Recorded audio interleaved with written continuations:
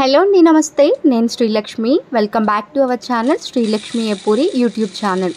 ఈ వీడియోలో వచ్చేసి మంచి హెల్దీ అండ్ డైట్ రెసిపీ అని చెప్పచ్చు. అది జొన్నలండి. రెగ్యులర్గా మనం తీసుకునే బ్రేక్ఫాస్ట్లో దోశలు అనేవి తింటుంటాము.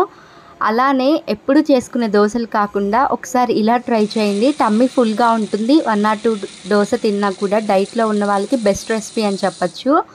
దీంట్లో పచ్చజొన్నలు 1/2 కప్ వరకు తీసుకున్నాము. అదే సేమ్ కప్పు ఫుల్ కప్పు పొట్టు పెసలు తీసుకోవాలి. అలానే 1/2 కప్ వరకు రాగులు తీసుకోవాలి. జొన్నలు, రాగులు, పెసలు ఫుల్గా తీసుకోవాలి. అంటే జొన్న పిండి అలా కాకుండా, అలానే రాగు పిండి కాకుండా ఫుల్ జొన్నలు, రాగులు, అలానే పొట్టుతో ఉన్న పెసలు తీసుకుంటే మంచి ప్రోటీన్, పోషకాలు అనేవి మనకి ఫుల్గా అందుతాయి. అందులోనే 1/2 కప్పు వరకు రైస్ తీసుకోవాలి. మీరు స్టోర్ రైస్ అయినా తీసుకోవచ్చు, అదే అండి రేషన్ బియ్యం అయినా తీసుకోవచ్చు. అలానే బ్రౌన్ రైస్, మీరు ఏ రైస్ అయినా మీ చాయిస్కి కావాల్సిన విధంగా 1/2 కప్పు వరకు రైస్ తీసుకొని ఫుల్గా వాటర్ పోసి మినిమం 12 hours అయితే నాననివ్వాలి. ఎందుకంటే ఇక్కడ పచ్చజొన్నలు నానడానికి ఎక్కువ టైం పడుతుంది. మంచిగా సోక్ అవుతేనే మనకి పిండి పట్టుకున్నప్పుడు ఇలా సాఫ్ట్గా వస్తుంది. సో 12 hours నానిన తర్వాత శుభ్రంగా 2-3 times వాష్ చేసుకొని ఇలా దోశ బ్యాటర్ వచ్చేంత వరకు పిండి పట్టుకోవాలి. పిండిని గ్రైండర్ చేసుకోవాలి. ఇలా గ్రైండర్ చేసుకున్నప్పుడు వాటర్ అనేది ఒకేసారి ఎక్కువగా పోసి రుబ్బుకోకుండా కొద్ది కొద్దిగా యాడ్ చేస్తూ మెత్తగా రుబ్బుకోవాలి.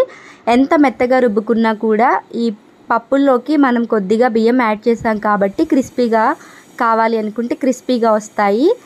Rice only optional. మీకు కావాలి అనుకుంటే నానబెట్టుకునే వాటిలో యాడ్ చేసుకోండి, లేదు అనుకుంటే స్కిప్ చేసేయచ్చు.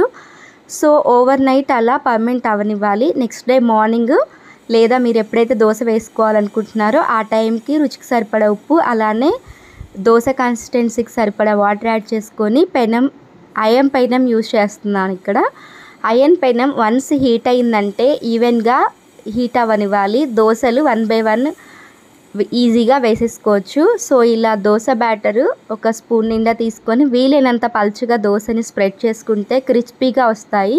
2 వైపులా ఆయిల్ వేసుకొని మంచిగా రోస్ట్ చేసుకుంటే మనకి దోశలు అనేవి రెడీ అయిపోతాయి. ఇవి జొన్న దోశ అనొచ్చు, పెసర దోశ అనొచ్చు, లేదు అనుకుంటే రాగి dosa, all over multi dosa అనొచ్చేమో.